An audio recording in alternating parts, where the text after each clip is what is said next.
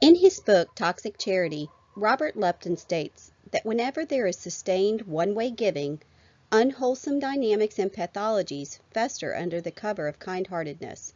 When relief does not transition to development in a timely way, compassion becomes toxic.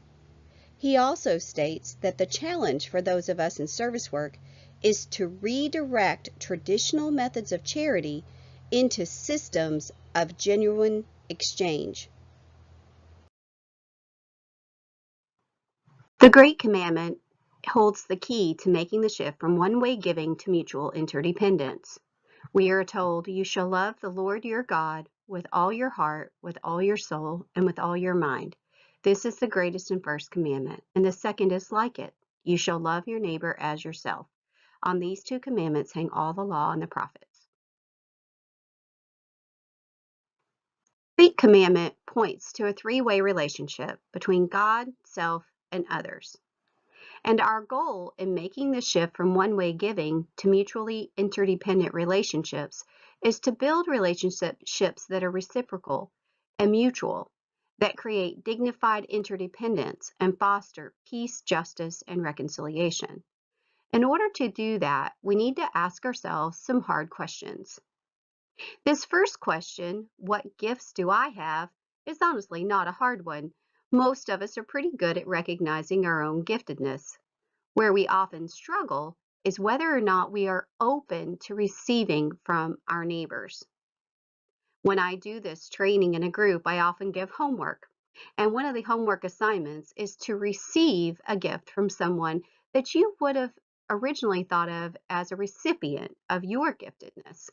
And I did this with one of my congregations, and the gentleman came back the next week and he told me the story of how someone in the community had offered to make food for his daughter's rehearsal dinner. And he said his immediate gut reaction was, "Oh no, I can't take your food." So he realized that that was not receiving, and so his second gut response was to attempt to pay her. And then he thought about that. And he was like, "That's not mutual interdependence." And so he said, instead of those two options, he smiled at her and simply said, "Thank you." And he's told us the story of how she just smiled from ear to ear. He had not seen her smile that much in the whole time he had seen her. We often deprive others of the gift of giving out of kind-heartedness, as we discussed in some of the other books. It's not ill will; it's just a misplaced understanding of the gift of giving.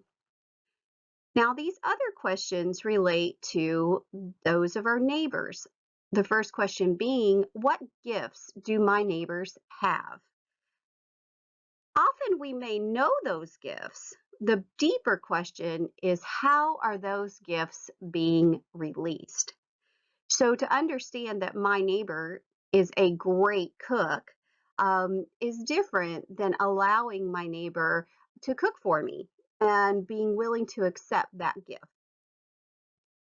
While these are often less focused on in our congregations, the gifts of our neighbors, what is most surprising to me is this third relationship, which honestly is often the most forgotten in our mission work, and that is our relationship to God, both the relationship between God and self and God and neighbor.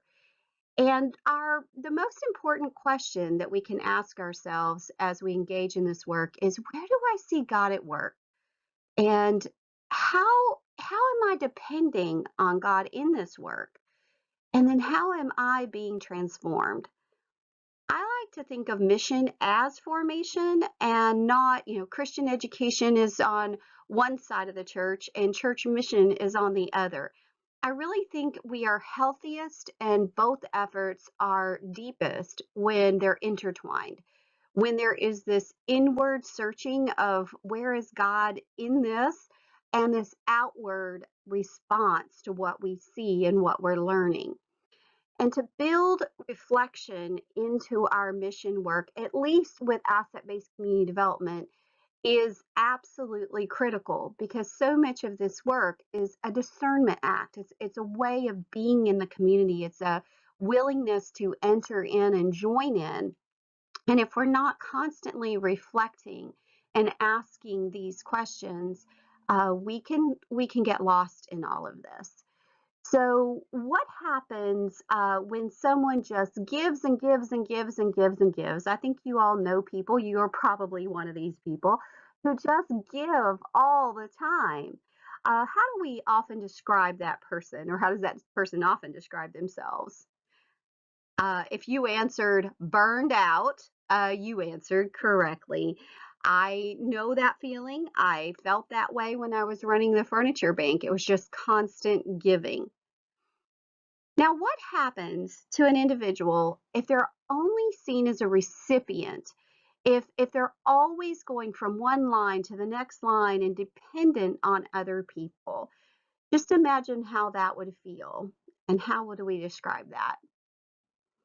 I often hear people say they feel left out, disempowered, ignored, and that is not a healthy way of being in the world.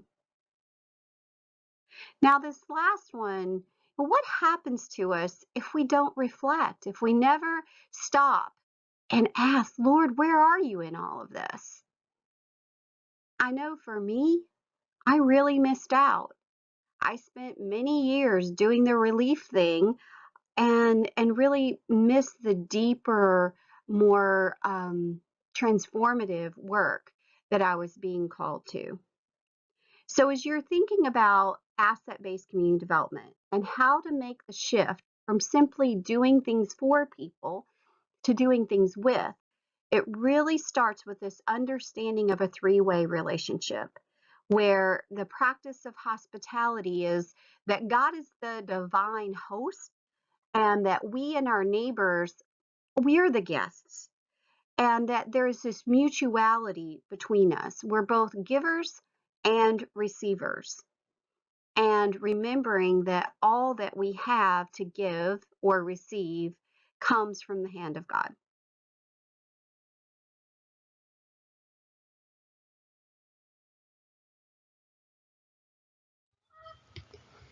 Now that you have completed your community strengthening worksheet, I invite you to go through that worksheet and mark each individual activity as to whether or not it falls into the relief category, focused on an immediate need, the individual betterment category, focused on helping an individual gain skills, talents, or abilities, or advancing individually or by their family, or if it is a community development strategy that is really focused on the community at large. After you have marked each one of the items that are on your worksheet, it is now important to determine whether or not each of these activities are done in a one-way giving methodology, or if they're done in an mutually interdependent type of relationship or done with the community. And the big question comes down to who designed the particular activity, who has power and control over it, who is leading it, who is making the rules and setting the dates and the times and all of that. So who owns that particular activity?